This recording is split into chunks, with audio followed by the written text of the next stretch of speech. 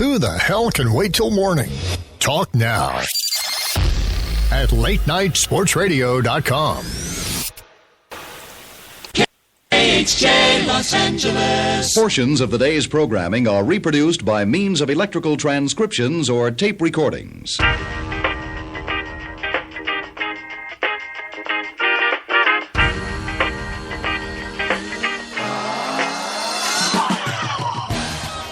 It's 87 Sports Fans Live, folks, the latest and greatest edition. Monday, January 26th, a fully inflated edition, if you will. Keith, Grieve and Steve Taylor. Well, it's about time. Yeah, right.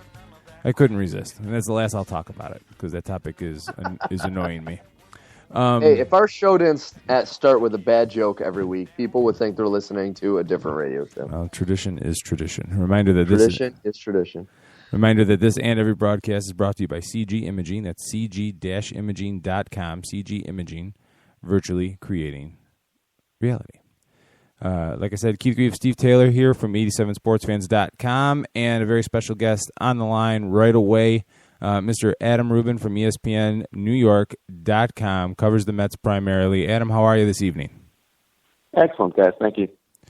All right, so I am a diehard, dyed-in-the-wool Mets fan. I make no apologies about it. I don't try to be professional about it.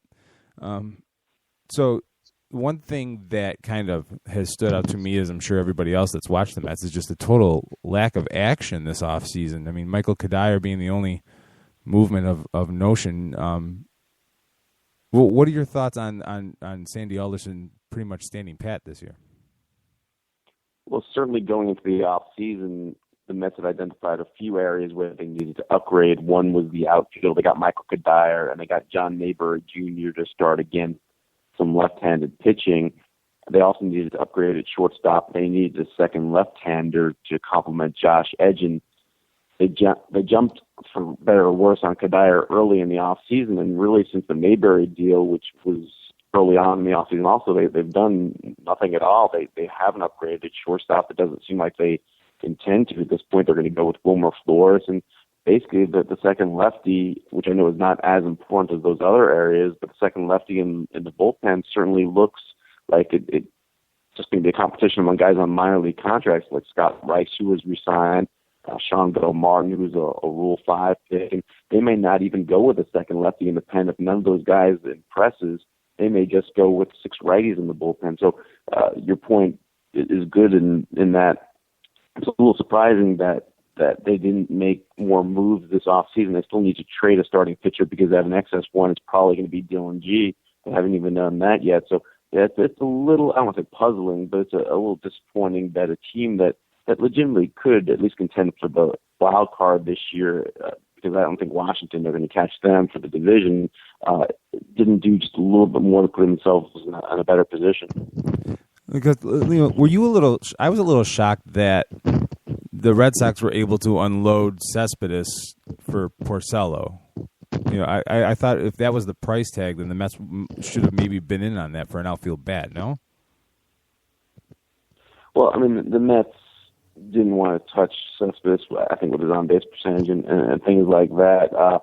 Plus, the Mets have been pretty resolute in not wanting to trade their minor league chips. So if they're not going to give up, they're not going to get. As I said, Kadire was someone they jumped on for the outfield. The defense is going to be a concern in the outfield and in the middle infield with Kadire and Granderson as the corner outfielders. But that was the guy they chose. He's going to be the guy who's going to protect David Wright, supposedly, and we'll see how it goes. Yeah.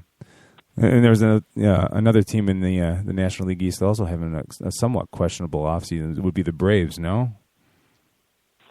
Well, the Braves certainly recognize that they're not going to unseat the Nationals this year, and they're going to a new stadium in a few years, so they decided they're going to take a momentary step back, get some prospects, and try to regroup for their new stadium. So the Phillies certainly are the worst team in the division. Atlanta, based on Atlanta still has guys like Freddie Freeman, so you can't discount them being a little bit competitive, unlike the Phillies. But Atlanta's probably the fourth place team at this point, which means the Mets and the Marlins are the up-and-coming teams trying to unseat the Nationals, but it's probably a year or two too early for that to be the case. Right. You think the Braves will regret losing Medlin? Well, I don't know a good answer to that, to be honest with you. I'm really not engrossed with the Braves at this point. But they certainly, as I said, they took a step back for this upcoming season and pointing towards 2016, 2017. And the collection of young players they're getting, certainly they'll be able to regroup fairly quickly, I think. Yeah. It's just they've always been a team that seemed to always have a plan, and just for the first time in the off season, I can't recognize what the plan is that I can remember. I know they got a new GM this year and everything like that, but getting back to the Mets, that lineup. I mean, with Granderson, Lagares, and Kadire across the outfield, and then if Wright comes back and can stay healthy. Travis d'Arnaud, after he got demoted and recalled, really seemed to find a rhythm after his recall. Duda had a good year. Daniel Murphy is Daniel Murphy at this point in his career. The only real question mark is shortstop, no? Well, I mean, certainly you can make a positive case like you did that Duda and d'Arnaud, after their minor league stints, did very well. If they could duplicate that over the course of a full season now, that would be great. David Wright had the shoulder injury. His left shoulder was loose in the socket. If he bounces back and gets back to 20 home runs instead of the single digits from this past season because the shoulder was loose, I mean, that's certainly a positive. Kadire's addition, Kadire and Mayberry certainly should be better than Chris Young and Eric Young Jr. last year. So, I mean, you can make a case that the Mets are going to be competitive offensively, but you can argue the opposite side of those things, too, that heck, I mean, I'm not saying Duda is going to happen what happened to Ike Davis, but Ike Davis had 32 home runs one year and fell off a cliff. So, I mean, you can make a case for that. You can say that Wright is 32 years old now, and maybe it wasn't just the shoulder. Maybe his numbers are starting to slip because he's getting to that age. I mean, if you're making a positive case for Granderson, you could say, well, it's the second year in the National League. He's got Kevin Long, the former hitting coach for the Yankees, reunited with him. But the flip side is that maybe he's a guy who's just going to hit 215, 220. You can make the positive case about a Kadire, or you can make the negative case that he's injured a lot over the last couple of years. So, I mean, it's kind of dicey with the Mets which way it goes on the offensive side. The pitching is going to be very good, but the hitting is the thing with the uncertainty, I think. Do you think that they I won't even say break camp. You think this is the same team at the All-Star break, or you think they make a move? Well, it depends where they are. I think they're going to be above 500, so that's close enough to be in contention for the wild card. Any team over 500 is technically in contention for the wild card the way it's structured now. Right. Where would that move come? I mean, if Wilmer Flores flames out at shortstop and they need a shortstop and they don't want to go to Matt Reynolds or Rubin Tejada, I mean, that's certainly an opportunity there. If there's an injury in the outfield, maybe they need to go get an outfielder. So it's kind of hard to project at this point. The one question I would have is that Daniel Murphy is, in all likelihood, going to leave at the end of the season as a free agent. There's no inclination to re-sign him.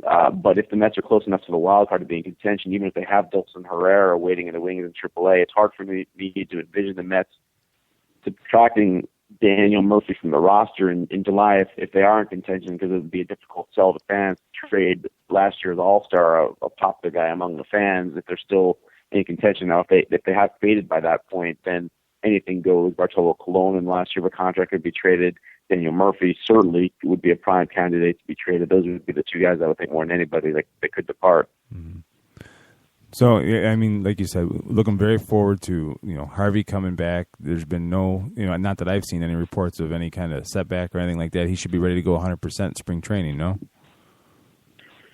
Well, it's been a long time since the Tommy John surgery. The Tommy John surgery was in October of 2013. He wanted to come back last year. They wouldn't let him. So, we're talking almost 20 months by opening day for him. So that's more than enough time to recover from Tommy John surgery and rehab. Now, the first year back, I don't expect him to be as sharp as he was right before the injury cropped up. But Tommy John, there's a very good track record of pitchers returning from Tommy John without issue. So I would expect longer term to him to resume what he was doing beforehand. Although I think whether it's knocking off rust or just having to get sharp again, I think it'll take him a little time. They're going to be conservative with Matt Harvey too. They're not going to let him throw 200 innings this season. So that means at points during the year they're going to have to skip starts. They may put him on the DL during the summer for a couple of weeks, find a justification for that. Like they shut down Jacob deGrom last year for a couple of weeks, and deGrom came back rejuvenated and ended up winning the NL Rookie of the Year. And in Harvey's case, they're probably going to find an excuse to shut him down for a couple of weeks during the summer to conserve his innings and keep him eligible for the postseason if the Mets are going to get there. The old adage, right? Pitching wins you championships. So, well, I will say though that it seems like the pendulum is kind of switching back a little bit to the premium on hitting as the power numbers have kind of disappeared from baseball. There's a lot of strong pitching. I mean, the National, especially in the division, I mean, the Nationals with Scherzer, assuming they don't trade Strasburg or Zimmerman, are going to have a fabulous rotation. The Mets are probably going to see those three pitchers right off the bat because the Mets opened the season in D.C. And I know with the Marlins, Jose Fernandez is not going to come off the DL till the summer from his Tommy John surgery, but the Marlins rotation is pretty strong too. So there is an importance on hitting these days as well that maybe wasn't there 5 or 10 years ago. How much does Citi Field play into, focusing? Well, obviously they're focusing on pitching because they have a plethora of arms and didn't feel the need to trade any of them for anything. How much does the lack of the long ball at Citi Field play into that, do you think?